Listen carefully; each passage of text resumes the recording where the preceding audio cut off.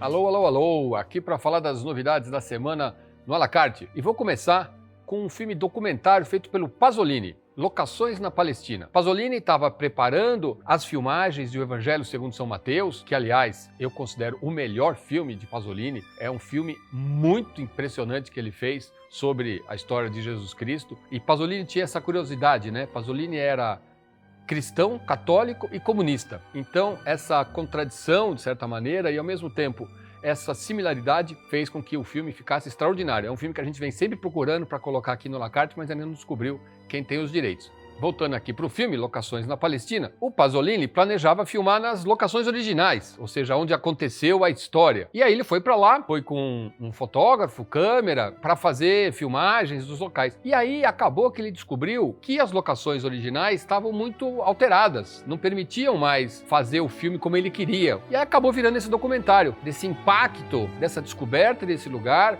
e dessa frustração, de certa maneira, que o Pasolini encontra. E, ao mesmo tempo, na segunda parte, a gente tem a descoberta de Matera, que é uma cidade na Itália, que na época era muito pouco conhecida e que é impressionante. Se você nunca viu imagens dessa cidade, você vai ver. E depois que o Pasolini filmou o Evangelho segundo São Mateus em Matera e em alguns lugares próximos, essa cidade se tornou um lugar, uma locação para muitos filmes. Por exemplo, A Paixão de Cristo, do Mel Gibson, foi filmada lá. É uma cidade, parece, parada no tempo e que foi transposta do antigo Oriente Médio. Então é um filme que começa com um objetivo e acaba mudando de ponto, muito interessante, e que tem esse... que é o legal, né, de certos documentários que realmente registram um momento, uma região, uma geografia e reflexões. Locações na Palestina, de Pier Paolo Pasolini.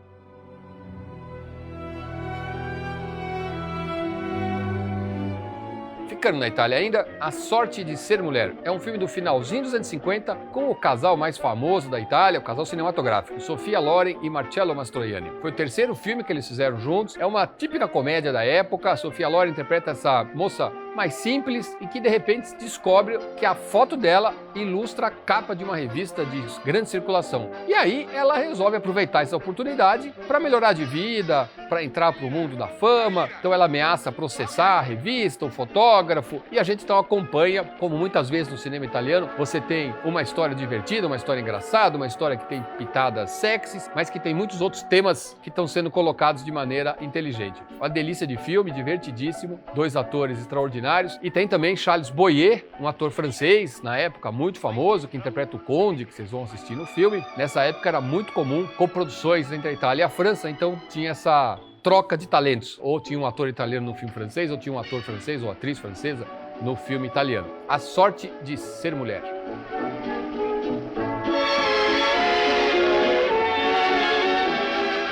Essa semana tem outro documentário, mas é outro documentário sobre cinema. Andrei Rublev, A Grande Criação. Você já assistiu Andrei Rublev, o filme dirigido por Tarkovsky? A gente tinha aqui no à la carte até pouco tempo, tá tendo aí uma questão de direitos, nós estamos tentando trazer de novo esse filme. É uma obra magistral do cinema. Tarkovsky é um cineasta magistral, que tem uma obra não muito grande, mas filmes incríveis, e Andrei Rublev com certeza é uma obra magistral, eu acho o grande filme de Tarkovsky. E aí o filho dele resolveu fazer esse documentário sobre o filme Andrei Rublev, sobre a filmagem de Andrei Rublev e sobre tudo que esteve em volta disso. O Andrei Rublev original, que inspirou o Tarkovsky a fazer o filme, foi um monge russo que viveu na Idade Média e que fez afrescos e pinturas absolutamente extraordinárias e teve uma vida muito intensa. E ao preparar o filme, o Tarkovsky desenvolvia todo um processo de pesquisa, de certa maneira, embora de personalidades muito diferentes, mas uma coisa um pouco como o Kubrick, né? Ele mergulhava naquele universo. E o filho conseguiu para esse documentário alguns fragmentos, algumas pequenas cenas que acabaram não sendo usadas na montagem final. Então é um filme que resgata o processo criativo do Tarkovsky, resgata cenas do filme. Se você gosta de cinema, se você gosta do Tarkovsky, é um documentário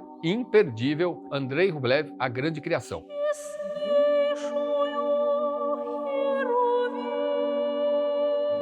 Voltando para a comédia, Copacabana é um filme que mistura Groucho Marx e Carmen Miranda. Filme dos anos 40, a Carmen Miranda tinha acabado de terminar o seu contrato com a Fox Essa é uma produção de um estúdio menor. O Groucho Marx também, pela primeira vez, fazendo um filme sem os irmãos, né? Os irmãos Marx. Aqui no nosso à la carte tem algumas das comédias impagáveis dos irmãos Marx. E aí a gente então tem essa história. O Groucho Marx faz esse empresário de uma artista só, a Carmen Miranda, que é uma cantora. E ele tá precisando conseguir dinheiro. Enfim, o Groucho Marx fazendo o papel de Groucho Marx. E ele vai então nesse salão, nessa casa noturna chamada Copacabana. E o proprietário diz pra ele que tá precisando de 2 cantoras, de 2 shows. E ele fala, claro, eu tenho uma cantora latina que tem todo um requebrar, mas eu também tenho uma cantora que veio do Marrocos, francesa, e eu vou trazer pra você. E aí ele convence então a Carmen Miranda, que faz Carmen Miranda, a cantora latina, e que aí usa uma túnica, cobre o rosto e canta em francês, e a gente vai acompanhar então essa comédia de erros que vai se desenvolver. É uma delícia de filme, a chance de ver Carmen Miranda no cinema, a chance de ver Groucho Marx junto com Carmen Miranda, sem os irmãos Marx. Um filme muito peculiar, tem números musicais, você vai dar boas risadas e vai entrar nesse clima nostálgico dessa época muito especial de Hollywood.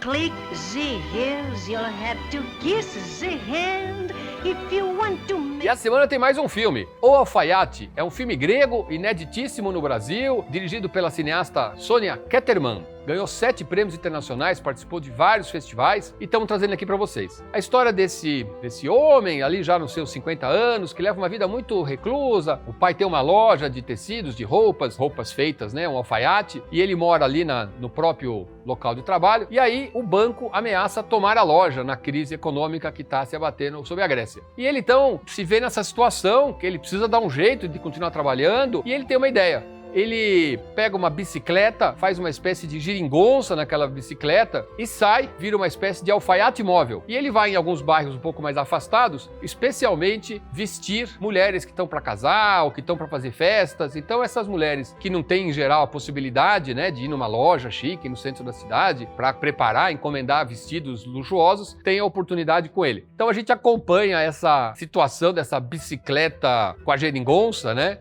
As roupas que vão atrás, penduradas, as araras, e ele então fazendo esse trabalho. É um filme leve, um filme que fala de questões, né, das dificuldades econômicas ali, das pessoas em situações de crise, mas que tem um certo humor, que tem uma leveza, que tem esse personagem um pouco deslocado do mundo onde ele vive e que acaba descobrindo uma solução muito original. Delícia de filme, filme da Grécia, país que tem poucos filmes são exibidos no Brasil, a gente já tem outro filme grego aqui no à la carte, estamos trazendo mais esse que a gente descobriu, como eu disse, ineditíssimo, O Alfaiate.